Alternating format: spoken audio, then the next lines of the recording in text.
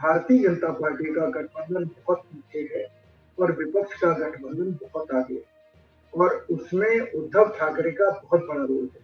उद्धव ठाकरे जितनी भी सीटें लड़ेंगे, जितना भी समझौता हो, जितना भी झगड़ा हो, लेकिन महाराष्ट्र में आज उद्धव ठाकरे एक जननायक के रूप में सामने आए हैं।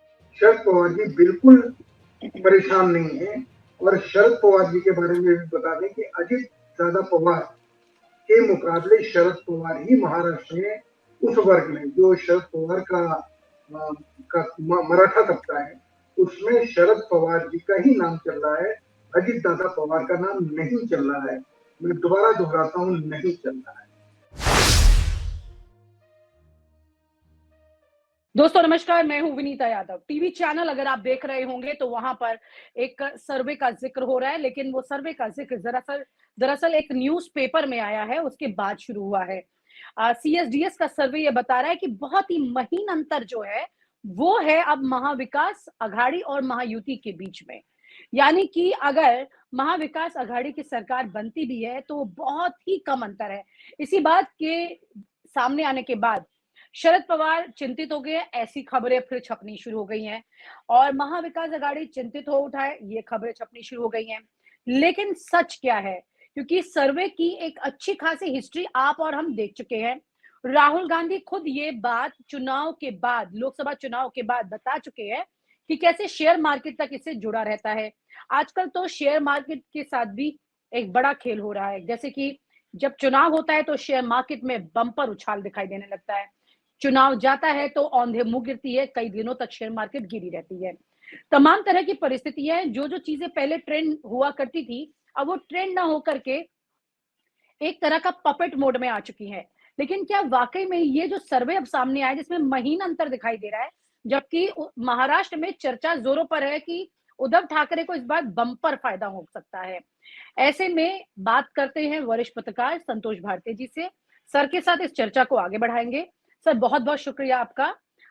इतने सारे इंपॉर्टेंट मुद्दों पर जब आप हमारे साथ जुड़ते हैं बहुत क्लैरिटी मिलती है और आपका इतना लंबा अनुभव यहाँ पे काम आता है। जैसा कि कल ही चर्चा कर रहे थे हम आपके साथ कि किस तरह से उद्धव ठाकरे और देवेंद्र फडणवीस की मीटिंग हुई थी, जिस बात को आपने क्लियरली डिनाई कर दिया था और वही सच बाद में संजय राउत ने भी सामने एक्सप्लेन करके प्रेस कॉन्फ्रेंस के जरिए सबको बता दिया, इंटरव्यूज के जरिए बता दिया। लेकिन सर्वे को कैसे देखे सर? क्या ये भी दूसरा टूल है मैनिपुलेशन का बीजेपी का, या ये सच है? मैं जी सर। बहुत शुक्रगुजार हूँ आपका कि आपने कल की चर्चा का जिक्र किया। मुझे तो इस बात का अफसोस होता है कि ये कैसे पत्रकार हैं। मैं तो एक्टिव जर्नलिज्म में हूँ, लेकिन मेरे पास खबरें अपने आप आती हैं और वो खबरें सच्ची होती हैं, झूठी नहीं होती हैं। मैं किसी का भी भोंकू बनना पसंद नहीं करता, चाहे वो कांग्रेस हो या बीजेपी हो।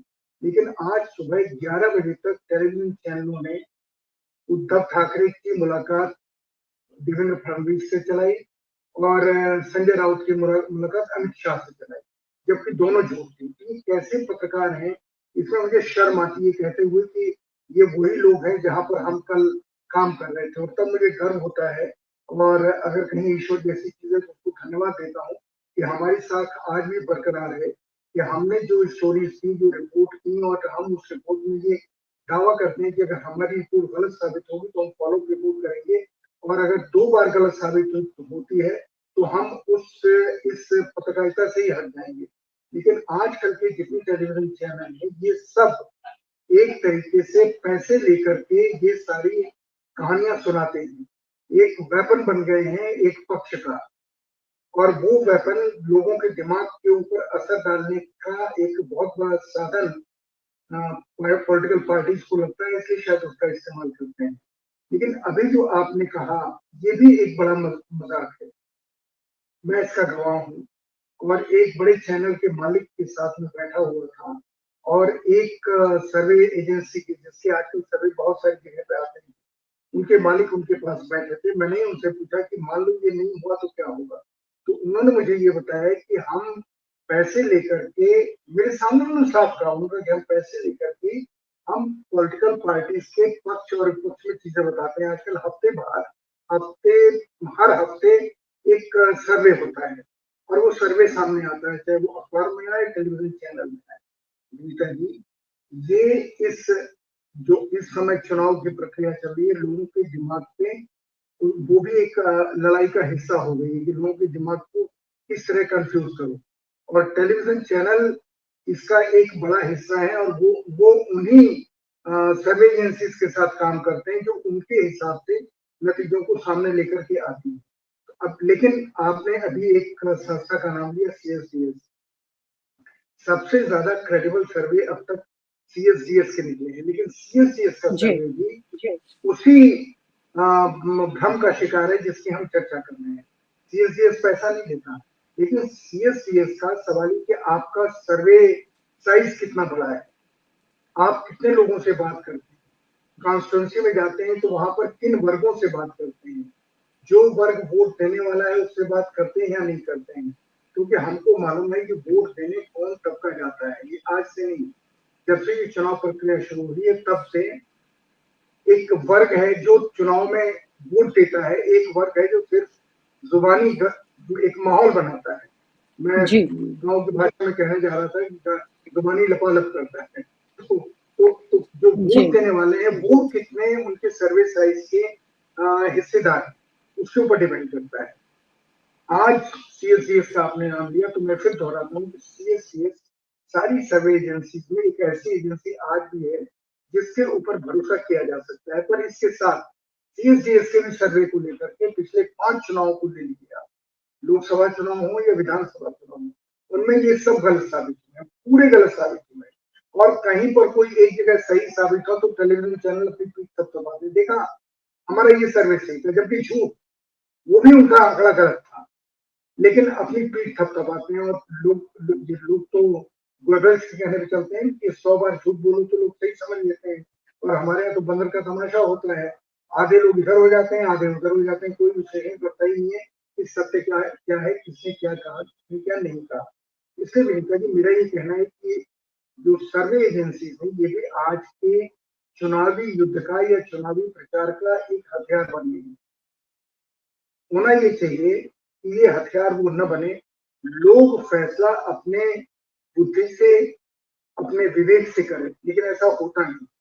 पूरी तौर पर सोशल मीडिया इसका एक दूसरा उदाहरण है कि सोशल मीडिया के ऊपर जिस तरीके से इस तरफ का पक्ष हो या उस तरफ का पक्ष हो, जितना पैसा खर्च कर रहे हैं और जिस तरह की भ्रामक खबरें चला रहे हैं जिनका कोई मतलब नहीं। और हमारे यहाँ देश में कोई भी ऐसी संस्था नहीं है या कोई सिस्टम नहीं है जिसमें हम ये बता सके कि ये खबरें सही हैं या ये गलत हैं, इसको फेक न्यूज कहते हैं, है क्या, हम कोई नहीं जी जानते।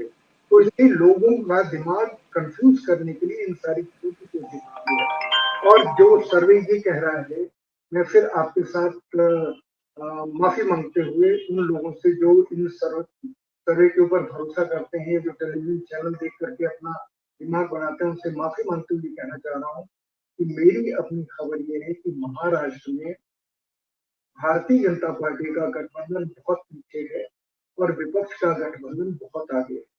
और उसमें उद्धव ठाकरे का बहुत बड़ा रोल है। उद्धव ठाकरे जितनी भी सीटें लड़े, जितना भी समझौता हो, जितना भी झगड़ा हो, लेकिन महाराष्ट्र में आज उद्धव ठाकरे एक जननायक के रूप में सामने आए हैं।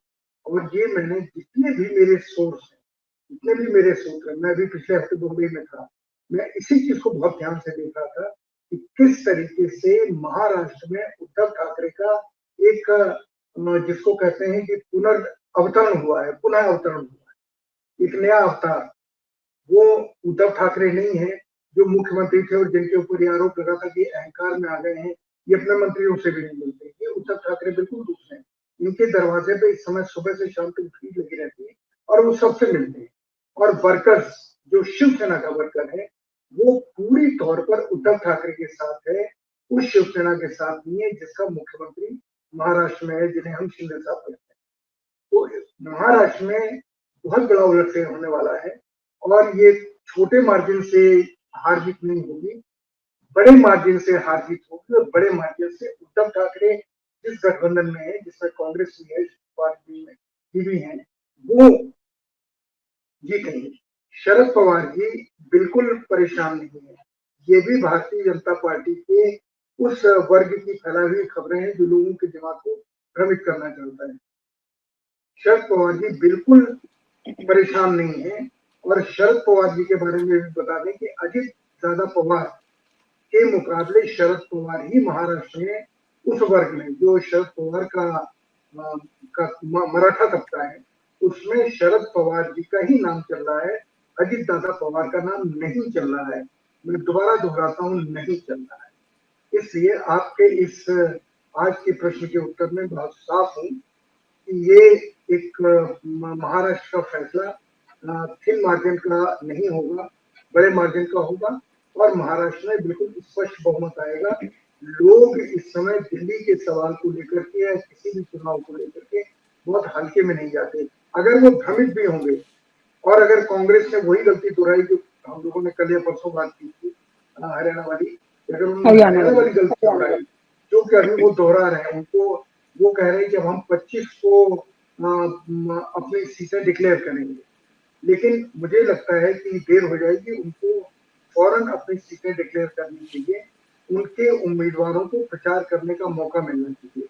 आखिर में मौका नहीं मिलेगा, ये मैं सर तो इसका मतलब ये है कि सीएसडीएस का सर्वे तो आपने कहा कि मतलब वो एक इसका साजिश का हिस्सा है इस वक्त बीजेपी की। सर सवाल ये है कि किस तरह से अगर ये लगता है कि सीएसडीएस का सर्वे गलत भी है और जो तस्वीर सामने निकल के आ रही है पूरी, उद्धव ठाकरे को ज्यादा फायदा हो रहा है और यहाँ पर बीजेपी अगर इस तरह की कोई ट्रैपिंग कर रही है चुनाव से पहले सर्वे के द्वारा, तो नंबर वन के लोग का तो वैसे भी सर्वे में फेथ खत्म हो गया है। तो फिर इस बात को लेकर के क्यों बीजेपी इसके साथ एक अपना नया प्लान बना रही है। नंबर दो की अगर ऐसा है भी तो उस परिस्थिति में बीजेपी ऐसा प्लान बना के क्या फायदा कर लेगी। बीजेपी देखिए, प्लान बनाने का फायदा या नुकसान का सवाल नहीं है।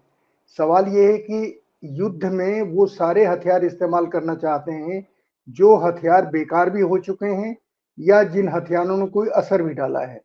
इस हथियार ने हरियाणा में अभी असर डाला है।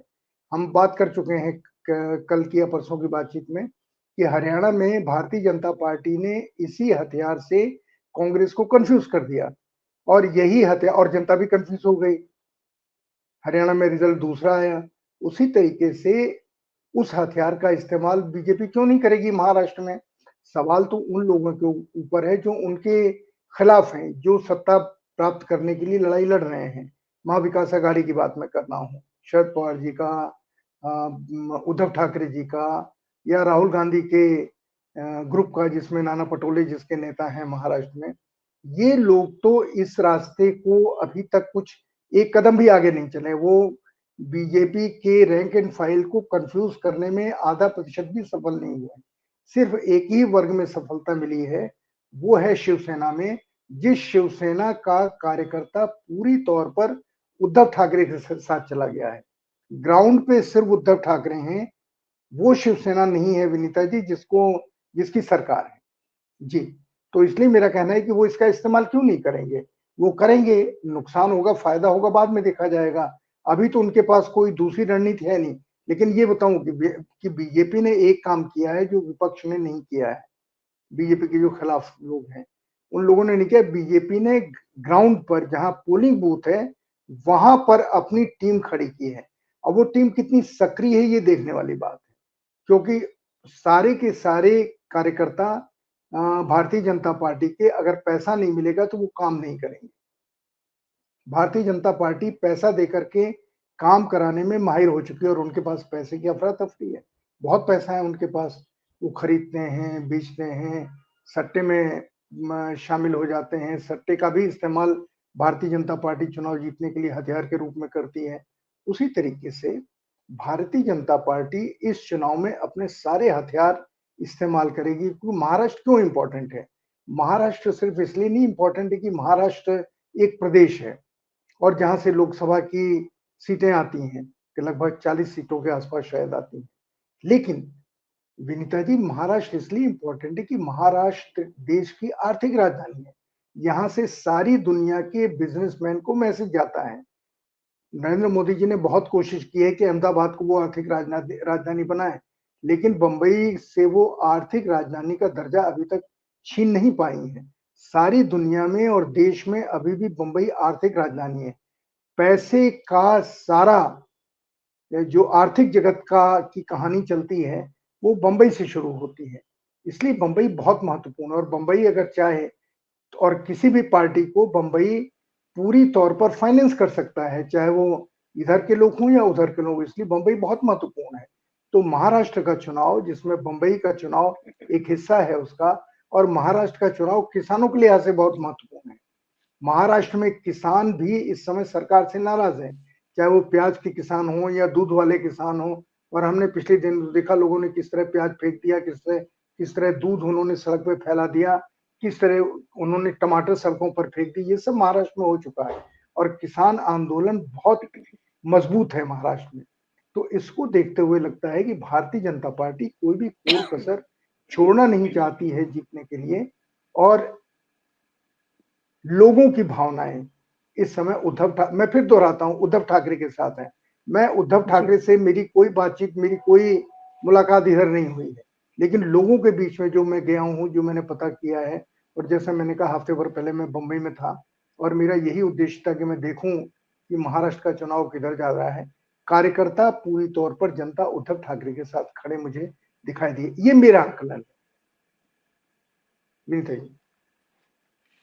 जी सर, लेकिन उसके बाद सर्वे जैसी चीजों का चुनाव से पहले इस तरह से निकल के आना, जो कि 21 सितंबर से 6 अक्टूबर का कराया। मुझे याद है कि कल चर्चा में आपने कहा था कि बीजेपी ऑलमोस्ट हर हफ्ते सर्वे करा रही है। अब सीएसडीएस का सर्वे, जो कि सही भी माना जाता रहा है, लेकिन आज की तारीख में लोगों का सर्वे पर विश्वास अब पूरी तरह रहा नहीं है। तो लोग ये नहीं समझ पाते कि आखिरकार किसका सर्वे है और क्या तस्वीर है। हालांकि बीजेपी बहुत धीरे धीरे करके आगे चलने में बिलीव करती है, उसी में अगर ये कोई स्टेप है तो ये मतलब निष्पक्षता के तौर पे कह रही हूँ, ये बिल्कुल माना जा सकता है कि ये उनका स्टेप हो सकता है। लेकिन कुल मिलाकर के अभी फिलहाल ये कहा जा सकता है इस सर्वे ने महाविकास आघाड़ी की नींद उड़ाई है, या फिर इस वक्त महायुति की नींद पहले ही उड़ी हुई है, इसलिए ये सर्वे सामने आ रहे हैं। ये सोचने की बात है जो जनता को सोचना है। बहुत बहुत शुक्रिया सर चर्चा में शामिल होने के लिए। एक चीज मैं आपको साफ कर दूं, मैंने जब सर्वे का विनीता जी जिक्र किया तो भारतीय जनता पार्टी हर हफ्ते सर्वे अपना आंतरिक करा रही है, इन्हीं एजेंसियों से करा रही है, लेकिन वो अपने लिए करा रही है कि अपनी रणनीति में कहाँ सुधार करें, नहीं सुधार करें। ये भारतीय जनता पार्टी की खासियत मुझे अच्छी लगी। मैं आपको बताता हूं, देखिए भारतीय जनता पार्टी किस तरीके से बिहेव कर, जम्मू कश्मीर के चुनाव थे, यही तरीका भारतीय जनता पार्टी ने वहां अपनाया। उसके पास ये जानकारी थी कि वो चुनाव हार रहे हैं, लेकिन इसके बावजूद आपको ध्यान होगा कि चुनाव जैसे ही खत्म हुआ वैसे ही अमित शाह ने अपने कार्यकर्ताओं में मनोबल बनाए रखने के लिए उन्होंने एक बड़ी मीटिंग बुलाई अपने घर पर कि जम्मू कश्मीर हम सरकार कैसे बनाएंगे। उनको मालूम था सरकार नहीं बन रही है, सर्वे उनके पास सही आए थे, यानी कि आईबी ने उनको सही रिपोर्ट दी पे चल रही है। बिल्कुल। तो इसलिए दो तरह के सर्वे, एक तो सीएसडीएस और बाकी सर्वे एजेंसियां हैं जो चैनलों के लिए सर्वे करती हैं, और दूसरा सर्वे भारतीय जनता पार्टी अपने इंटरनल कोर्स करेक्शन को ठीक करने के लिए, करेक्ट करने के लिए वो सर्वे कराती है। बस इतना। जी, बहुत बहुत शुक्रिया सर। यानी कि बीजेपी अपनी तमाम एक एक चाल पर नजर रख रही है, वहीं पर विपक्ष को भी बीजेपी की चाल पर नजर रखने की बहुत जरूरत है। Thank you so much sir. Thank you sir. और आप हमसे जुड़े रहने के लिए सब्सक्राइब करें YouTube पर, फॉलो करें Twitter पर और लाइक करें Facebook पर। और ज्यादा जानकारी के लिए आपको टाइप करना होगा सिर्फ न्यूज नशा।